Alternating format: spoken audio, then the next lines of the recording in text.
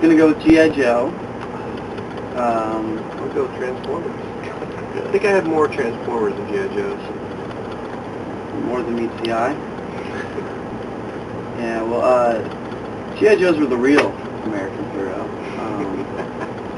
And I used to actually, I had more fun making paper TNT boxes and stacking them up and making bridges and all that stuff for my G.I. Joes to fight on than I did actually playing with them. So, that makes me a girl. More fun dressing up the set and fighting. See a filmmaker. Mm-hmm.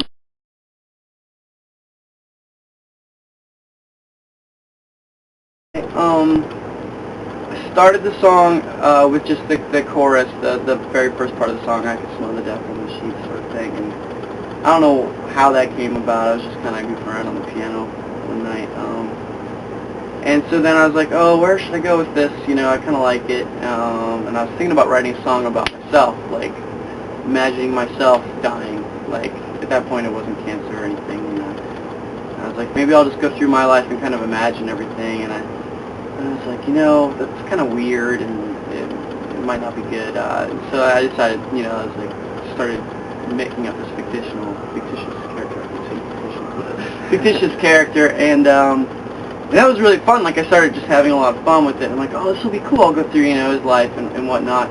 And then, like, certain parts of this guy's life I based off of, like, family or friends that I knew, like, he ended up getting married on his 21st birthday. Well, my brother got married on his 20th birthday, and he got divorced. My brother got divorced. You know, my brother-in-law, he ended up, previous marriage, he was divorced, and he joined a bowling league and bowled seriously like every day during the week, and ended up bowling like 200-300 games, and that was how he dealt with his divorce and stuff. And so, you know, it was just like a lot of different little things like that. And I actually had 2 or 3 people tell me already that, you know, the song like is their grandfather to a T. Or my roommate, who he actually, like, he's been on like our 3rd record. He did like our hidden track with me and stuff. My old roommate.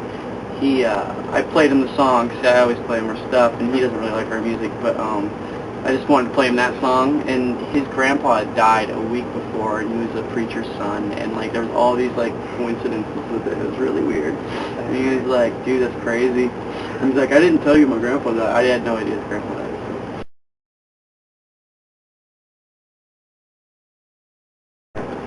I mean, I guess it's something I always kind of wanted to do. I mean, big fan of Switchfoot, and you know, work with friends and stuff. And he actually sent me a song that he wrote. He just wanted to see if I wanted to record it and do, you know, one of those songs. But didn't end up doing that. But we were in correspondence, and I just asked him if he'd do it. And we actually I sent the files down to his house, and he just sang it in his house and sent it back to us. So it was really cool how it worked.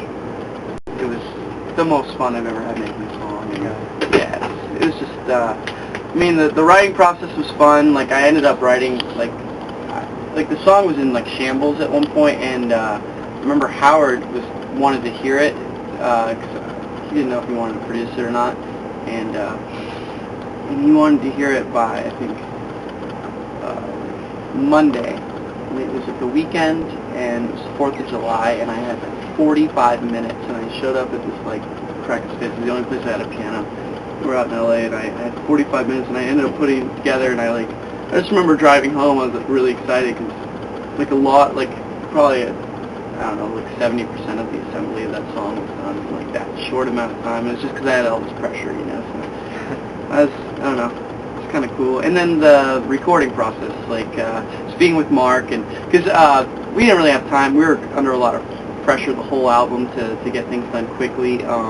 They wanted to put it out by November. In order to do that, we only had this window of time, and ended up getting pushed back, whatever. But so Howard didn't have time to do that song, and so, you know, it was cool that we got to do it with Mark, and, you know, we just sat back and we were just like, yeah, throw the kitchen sink at this thing, you know, like, put everything we can into it. So we actually, you know, like, we borrowed, like, you know, like a toy piano, like a little, you know, that I played with as a little kid, and just, like, all this cool instruments, and I'd never played French horn before, or trombone, or, you know, baritone, or any of this stuff, and I got to play them for the first time, kind of figure out the notes and all that stuff. So it was really, really fun.